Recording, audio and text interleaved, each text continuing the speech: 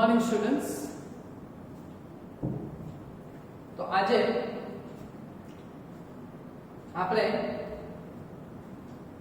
ગઈકાલની જેમ એક બીજી થિયરી જોશું. એ પણ આપણી બોર્ડ એક્ઝામમાં પૂછાઈ શકે તેવી, એટલે આપણે તેને ઇમ્પોર્ટન્ટમાં કરીશું. બરાબર? ઓકે. તો આપણે ગઈકાલે વિદ્યુત ડાયપોલ આવું કંઈક સમજેલા હતા. બરાબર?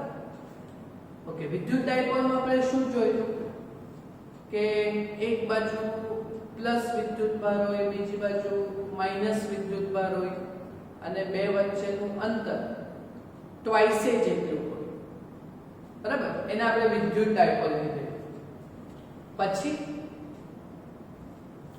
એની આપણે ડાયપોલ મોમેન્ટ જોઈ. ડાયપોલની ચાપ માત્રા p.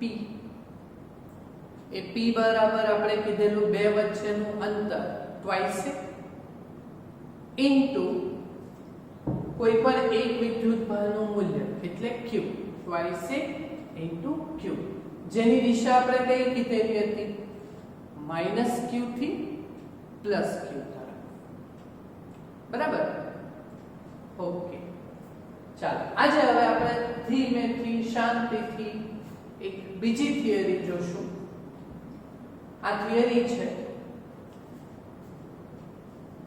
વિદ્યુત ડાયપોલની વિષુવ રેખા પર આવેલા કોઈ બિંદુ આગળનું વિદ્યુત ક્ષેત્ર લાવવા. ગઈકાલે આપણે આવી થિયરી કરેલી. વિદ્યુત ડાયપોલની અક્ષ ઉપર આપણે કોઈ બિંદુ p આગળ ક્ષેત્રનું સૂત્ર લાવે. બરાબર? એ ક્ષેત્રનું સૂત્ર જો તમે નોટમાં જોશો તો એ હશે 2kp/r.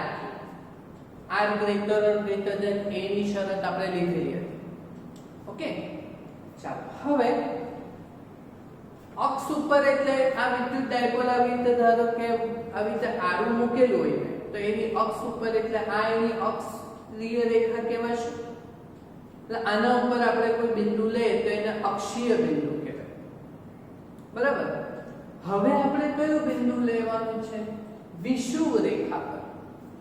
ચાલો પહેલા તો આ શબ્દ સમજવા પડશે કે વિષુવ રેખા એટલે શું. અચ્છા, વિષુવ રેખા એટલે શું? તો આ ડાયપોલના કેન્દ્રમાંથી પણ ડાયપોલની અક્ષને લંબ એવી રેખા.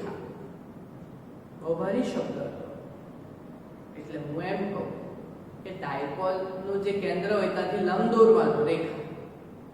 એટલે આ ડાયપોલ છે, ધારો કે આ પ્લસ q માઈનસ q વચ્ચે કેન્દ્ર છે O. દેખાય છે ને તમને? હા. તો અક્ષીય રેખા એમ આવે તો વિષુવ રેખા એમ ઊભી પસાર કરવાની. બોલો, ખ્યાલ આવે આવ્યો? બરાબર? તો એ વિષુવ રેખા ઉપર આપણે કેન્દ્રથી અમુક અંતરે ધારો કે ઉપરના બાજુ આપણે બિંદુ p લેવું. બરાબર? તો એ બિંદુ p આગળ આપણે વિદ્યુત ક્ષેત્રનું સૂત્ર લાવવાનું છે. એટલે કયું રેખા?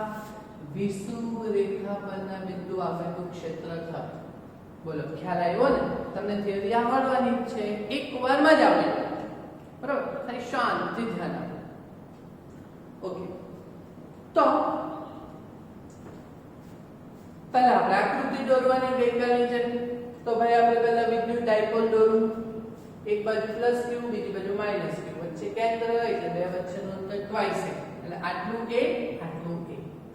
દેખાતું છે? ઓકે. પછી છે ને ડાયપોલ મોમેન્ટ બતાવવાનું ખાસ ભૂલવાનું નહીં. એ તો અડધોમાં કદાચ આકૃતિમાં એ લોકો કાપી નાખે. બરાબર? તો આપણે ડાયપોલ મોમેન્ટની દિશા માઈનસ થી પ્લસ તરફ. એટલે જો મેં બતાવ્યું છે આ બ્લુ કલરમાં. ક્લિયર? ચાલો હવે આપણે કયા બિંદુ લેવાનું છે? વિષુવ રેખા પર આવેલ બિંદુ. ચાલો તો વિષુવ રેખા એટલે કેન્દ્રમાંથી લંબ એક રેખા પસાર કરવાની.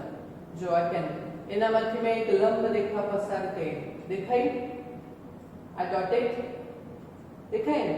તો આ કેન્દ્રથી કેટલા અંતરે? r જેટલા અંતરે મેં અહીંયા બિંદુ p લીધું. બરાબર? તો આ બિંદુ P આગળ આપણે વિદ્યુત ક્ષેત્રનું સૂત્ર લાવવાનું છે, બરાબર? તો તમને આવડતું જ છે, બરાબર, કે આ આકૃતિ થઈ ગઈ, ખ્યાલ આવ્યો? હવે જો તમે આ કર્ણ હોય, આ કર્ણનું સૂત્ર શું બનશે આપણા પાયથાગોરસના પ્રમેય મુજબ? તો આ કાટકોણ ત્રિકોણ છે ને, હા, તો એક બાજુનો વર્ગ વત્તા બીજી બાજુનો વર્ગ એ કર્ણનો વર્ગ, તો કર્ણ બરાબર વર્ગ તે બચાય તો વર્ગમૂળ, એટલે વર્ગમૂળ r² વત્તા a². આ અંતર તો આ અંતર કોનાથી કોના સુધીનું છે? વિદ્યુત ભરથી બિંદુ P સુધી. અચ્છા, આ પણ એટલું જ થશે ને, વિદ્યુત ભરથી બિંદુ P સુધીનું અંતર બે જ આવવાનું છે ને? બોલો, ખ્યાલ આવે છે ને તમને? આકૃતિ ખ્યાલ આવ્યો ને તમને? વિષુવરેખા પરનું બિંદુ આપણે કેન્દ્રથી કેટલા અંતરે લીધું? ઊભું r અંતર. તો આ બિંદુ P આગળ આપણે વિદ્યુત ક્ષેત્ર શોધવાનું છે. બોલો, તો હવે એક વાક્યનું મારે ગુજરાતીમાં લખવાનું હોય તો આકૃતિમાં શું કરેલું છે? સ્મોલ p બરાબર twice a into q જેટલી ડાયપોલ મોમેન્ટ ધરાવતો વિદ્યુત ડાયપોલના કેન્દ્રથી r અંતર વિષુવરેખા પર આવેલા બિંદુ P આગળ વિદ્યુત ક્ષેત્ર શોધવું છે, બરાબર? ચાલો, હવે આપણે જૂનીને જાણીતી રીત જે અત્યાર સુધી દાખલામાં કરી, પછી ગઈકાલે બી આપણે કરી, બરાબર?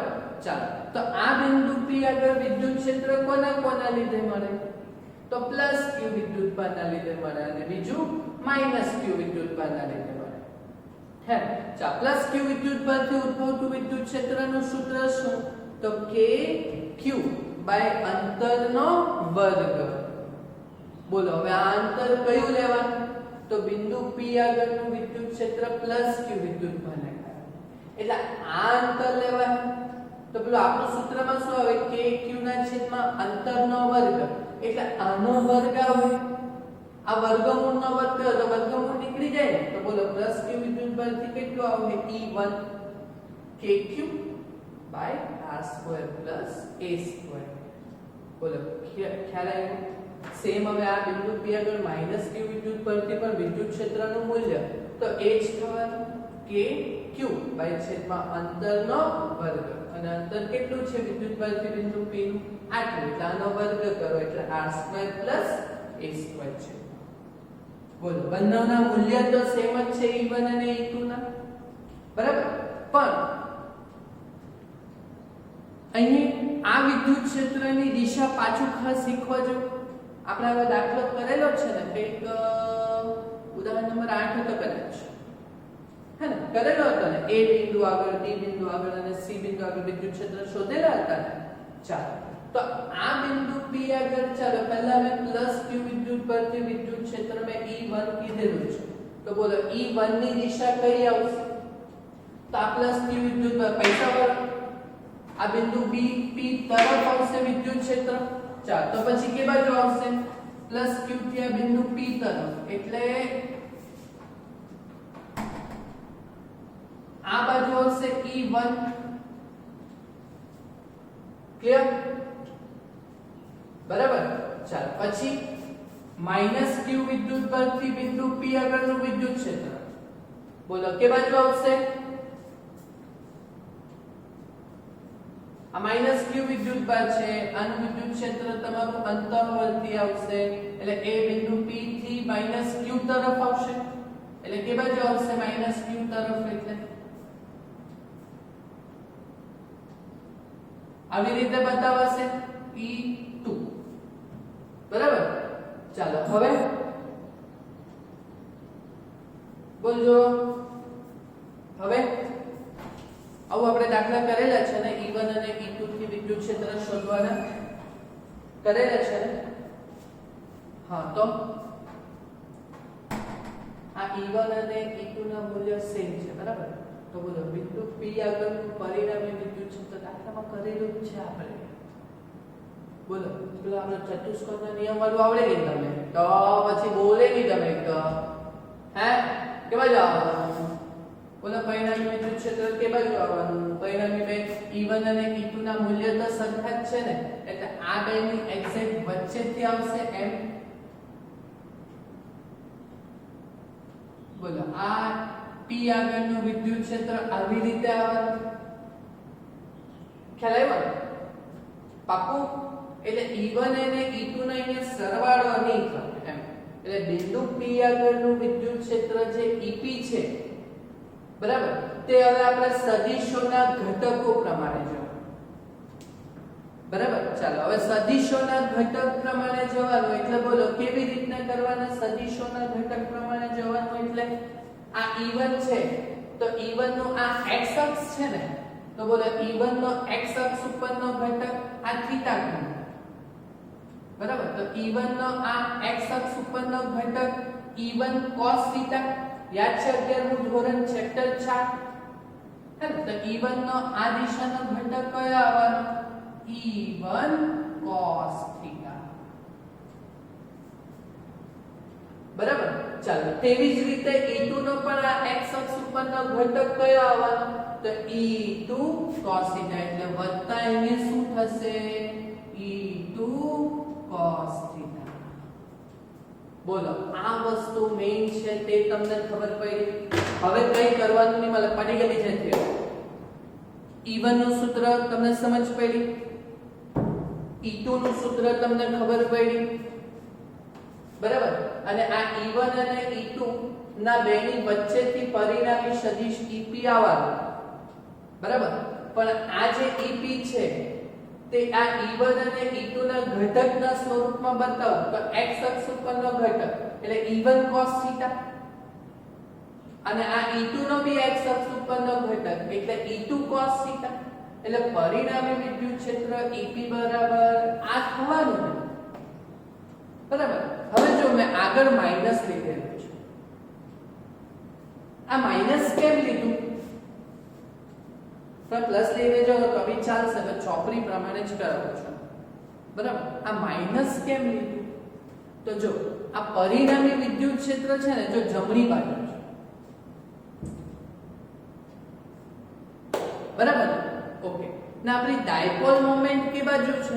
વિદ્યુત ડાયપોલ મોમેન્ટ ડાયપોલની ડાબી બાજુ છે.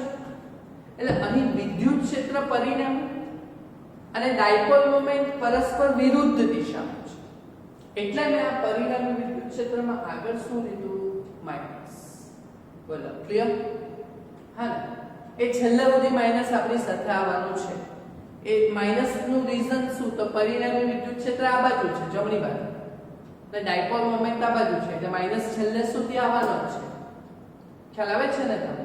ઓકે, માઈનસ નહીં રહ્યો તો છેલ્લા સ્ટેપમાં એકદમ અહીંયા માઈનસ લઈ લેવાનો, એ સદિશ સ્વરૂપે આપણે પેલું બતાવી દઈએ, બરાબર. ચાલો તો હવે આપણને ખબર છે કે E1 અને E2 તો મૂલ્ય તો સેમ જ છે. ઓકે, તો E1 બરાબર E2 બરાબર E લઈ લો તો E cos થીટા વત્તા E cos theta 2E cos theta ના આગળ માઈનસ. ચાલો એટલે -2. ચાલો વિદ્યુત ક્ષેત્રનું સૂત્ર kq બાય r² + a². હવે cos થીટા ની વ્યાખ્યાનો યુઝ કરીએ. જો cos થીટા ની વ્યાખ્યા આ થીટા છે, વિદ્યુત ક્ષેત્ર આવ્યો જો એમ E1 આ બાજુ છે, ડાયપોલ મોમેન્ટ એમ છે, તો એને બનશે ને આ થીટા. બોલો તો આ થીટા છે ને તો cos થીટા છે. cos થીટા ની વ્યાખ્યા પાસેની બાજુ ના છેદમાં કર્ણ. બોલો પાસેની બાજુ કેટલી છે? a ને છેદમાં કર્ણ કેટલો છે? r² + a² ની 1/2 ઘાત એટલે વર્ગ. તો બોલો પાસેની બાજુ a ભાગ્યા l2. બોલો થઈ ગયું. ચાલો હવે ઉપર k પહેલા લખી દીધો અચળાંક -k ને twice a * q કહેવાય. આ કેમ twice a * q લખ્યું તમને ખબર? કે કે આપણે થિયરીમાં કરેલું twice a * q એટલે ડાયપોલ મોમેન્ટ. આપણે એમાં જવાબ લાવવાનો કે હા ઓકે, એમાં જવાબ લાવવાનો છે એટલે આપણે એ twice a * q આમાં બેક ટુ બેસાડી એટલે -k twice a * q. Okay, અને છેદમાં અહીંયા r² + a² ની 1 ઘાત અને અહીંયા r² + a² ની અડધી ઘાત. અડધી એટલે 1/2. તો બોલો 1 વત્તા આધા સરખો તો 1 વત્તા 1/2 3/2 એટલે છેદમાં શું આવશે? r² + a² ની 3/2 ઘાત. બોલો ક્લિયર? બોલો હવે આપણે ગઈકાલની જેમ કરી દઈએ કે twice a into q એટલે આપણી તો ડાયપોલની ડાયપોલ મોમેન્ટ એટલે p બરાબર twice a into q લઈ લેવું તો સૂત્ર શું આવશે -kp બાય r² + a² ની 3 ના છેદમાં 2 ઘાત. ગઈકાલે છેલ્લે આ જ કરેલું ને. તો પછી પેલું દૂરની શરત લીધેલી કે આપણું આ જે અંતર છે બિંદુ p એ આ સ્મોલ a ની સરખામણીમાં બહુ મોટું એટલે r ગ્રેટર ધેન a માટે હે તો આપણે a બહુ નાનું હોય ને r બહુ મોટું હોય તો આપણે a ને અવગણી શકીએ. તો આ છેદમાંથી જો આ r² મોટું છે તો એનો વર્ગ બહુ મોટો આવે a² તો બહુ નાનો છે. તો બોલો આપણે a² ને આપણે છેદમાંથી અવગણી શકીએ ને તો બોલો શું આવ્યું સૂત્ર -kp બાય r નો વર્ગ a² તો નીકળી જાય r નો વર્ગ ને 3 ના છેદમાં 2 ઉડી જાય તો r ની કેટલી ઘાત રહેશે 3. ખ્યાલ આવ્યો ને? ચાલો હવે જરા ગઈકાલનું પાનું જો કે એક દાખલો બેઠો જ ગણવાનો છે ખાલી સૂત્ર પર. હા ગઈકાલનું પાનમાં એટલે પેલા અક્ષ ઉપર વિદ્યુત ક્ષેત્રનું સૂત્ર લાવ્યું ને એમાં જો EP બરાબર હે 2kp/r અક્ષ ઉપર હે ને તો વિષુવ રેખા પર એના કરતા અડધું એટલે બગડું નીકળી જાય તો જો kp/r ક્યુબ જ બનવાનું ને. આ માઈનસ તો કેમ આવતો છે ભાઈ એ આપણે અહીં લીધો તે અહીંયા કેમ લીધેલો કે વિદ્યુત ક્ષેત્ર જમણી બાજુ છે અને ડાયપોલ મોમેન્ટ ડાબી બાજુ છે વિરુદ્ધ દિશામાં છે ને એટલે બરાબર. એટલે આ આપણું સાદું સૂત્ર થયું પણ ચોપડીમાં સદિશ સ્વરૂપે છે જ છે તો બતાવવાનું છે જ. તો બોલો મારે સદિશ સ્વરૂપે બતાવવાનું હોય તો EP વેક્ટર કે આ p વેક્ટર બાય r એમાં સદિશ સ્વરૂપે બતાવવાનું હોય તો એમાં છેદમાં એક પેલું તે બાજુ એકમ સદિશ ગુણવાનો ને તો અહીંયા p સદિશ છે તો અહીંયા મેં p કેપ કરી નાખું હા ને આ માઈનસ છે તો માઈનસ p કેપ કરી દીધું તો સદિશ સ્વરૂપ ખબર પડ્યું કે નહીં પડ્યું? ખબર પડી ને? Where what is minus p cap જે આપણું વિદ્યુત ડાયપોલ મોમેન્ટ નો એકમ સદિશ છે. તો માઈનસ છે એટલે વિદ્યુત ક્ષેત્રની દિશાનો નહીં જો ગઈકાલે વિદ્યુત ક્ષેત્રની દિશાનો એમ લખેલું અક્ષ પર હા ને પણ આજે વિદ્યુત આ માઈનસ p કેપ છે એટલે વિદ્યુત ક્ષેત્રની વિરુદ્ધ દિશાનો એકમ સદિશ છે. બોલો એકદમ ક્લિયર આવડશે આ થિયરી? જો આકૃતિ ઉપરથી કઈ છે ને પ્લસ q આગળ વિદ્યુત ક્ષેત્ર માઈનસ q આગળ એ તો આવડવાનું છે તમને સૂત્ર પ્રમાણે. નવો ટોપિક શું છે એટલે જો આ E1 આ બાજુ ગયું E2 આ બાજુ ગયું આપણે પ્લસ વાળું એમ જવાનું આ માઈનસ ગણી માંગે એટલે એમ આવવાનું તો પરિણામી વચ્ચેથી નીકળવાનો ને E1 અને E2 સેમ છે હે ને. તો આ EP નું સૂત્ર E1 અને E2 ના આપણે બે ઘટક લઈ લીધા બરાબર. તો ઘટક કયા લીધા તો E1 નો x અક્ષ ઉપરનો ઘટક E1 cos θ અને E2 નો x અક્ષ ઉપરનો ઘટક એટલે E2 cos θ એટલે બેનો સરવાળો થયો. બોલો આ વસ્તુ મેઈન તમને સમજ પડી ને? પહેલા જે આકૃતિ દોરેલી હતી તે ખાલી સાદી દોરેલી પછી સદિશો જે મેં બતાવ્યા તે અલગ કલરથી બતાવ્યા તો એ સમજ પડે તો પછી ગણતરી ઉપરથી આવડવાનું છે. આ તો ગઈકાલ કરતા વધારે ઈઝી છે. ગઈકાલે તો થોડું કેલ્ક્યુલેશન જરાક વધારે હાર્ડ હતું.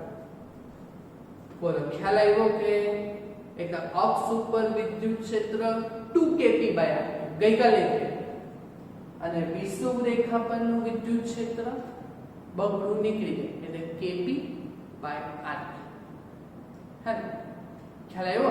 તો એક વસ્તુ અહીંયા જાણવા જેવી છે કે બિંદુવત વિદ્યુત ભારથી વિદ્યુત ક્ષેત્ર એટલે એકલ વિદ્યુત ભાર ખાલી q તો બિંદુવત વિદ્યુત ભારથી વિદ્યુત ક્ષેત્ર E બરાબર kq/r² એટલે 1/r² પ્રમાણે બદલાય. ખ્યાલ આવે છે ને તમને? પણ આ વિદ્યુત ડાયપોલ થી જે વિદ્યુત ક્ષેત્ર બદલાય તે r greater than a માટે અક્ષ ઉપર કે વિષુવ ઉપર લાસ્ટ થિયરીમાં અક્ષ ઉપર 2kp/r ને વિષુવ રેખા પર બી kp/r³ છે અડધું, પણ છેદમાં અંતર સાથે તો ઘનના જ વ્યસ્ત પ્રમાણમાં છે ને, એટલે ડાયપોલ થી વિદ્યુત ક્ષેત્ર એ કયા સૂત્ર પ્રમાણે બદલાય? E ચલે છે 1/r³. આ એકલ વિદ્યુતભાર છે, ખ્યાલ આવે ને? બિંદુગત વિદ્યુતભાર kq/r², એટલે E ચલે છે 1/r² પ્રમાણે બદલાય. પણ ડાયપોલ થી વિદ્યુત ક્ષેત્ર E ચલે છે 1/r³ પ્રમાણે બદલાય. એટલે આ વસ્તુ જો તમારે પૂછવાની હોય તો MCQ ના રૂપે પૂછાઈ શકે. બોલો, ક્લિયર? બરાબર. તો મેં તમને એમ કીધું કે આ ટોપિક પતી જાય ને તો નીચે એક MCQ લખી દેજો. શું લખવાનું MCQ? કે બિંદુવત સાંભળો છો ને તો લખાશે ને સાંભળી? ઓકે, તો આ ટોપિક થઈ જાય તો છેલ્લે શું લખજો? બિંદુવત વિદ્યુતભારથી વિદ્યુત ક્ષેત્ર E બરાબર kq/r². એટલે E ચલે છે 1/r². અને બીજો પોઈન્ટ શું લખજો? કે વિદ્યુત ડાયપોલ થી વિદ્યુત ક્ષેત્ર E ચલે છે 1/r³ મુજબ બદલાય છે. બોલો, આ થિયરી આખી પતી જાય પછી આ છેલ્લું મેં જે બોલેલું છે તે લખાશે ને તમારા, તો એ લખી કરજો. MCQ માં પૂછવું હોય તો પૂછાઈ શકે. બોલો, ક્લિયર? આવડશે? હા ને? તો આપણે કાલે જ્યારે મળીશું તો કઈ આ જ ટોપિકનો દાખલો છે ઉદાહરણમાં, જે એકદમ શોર્ટ મેથડથી સોલ્વ થઈ જશે. બરાબર? તે આપણે જોઈશું કાલે. ક્લિયર? ઇમ્પોર્ટન્ટ થિયરી છે. ઓકે.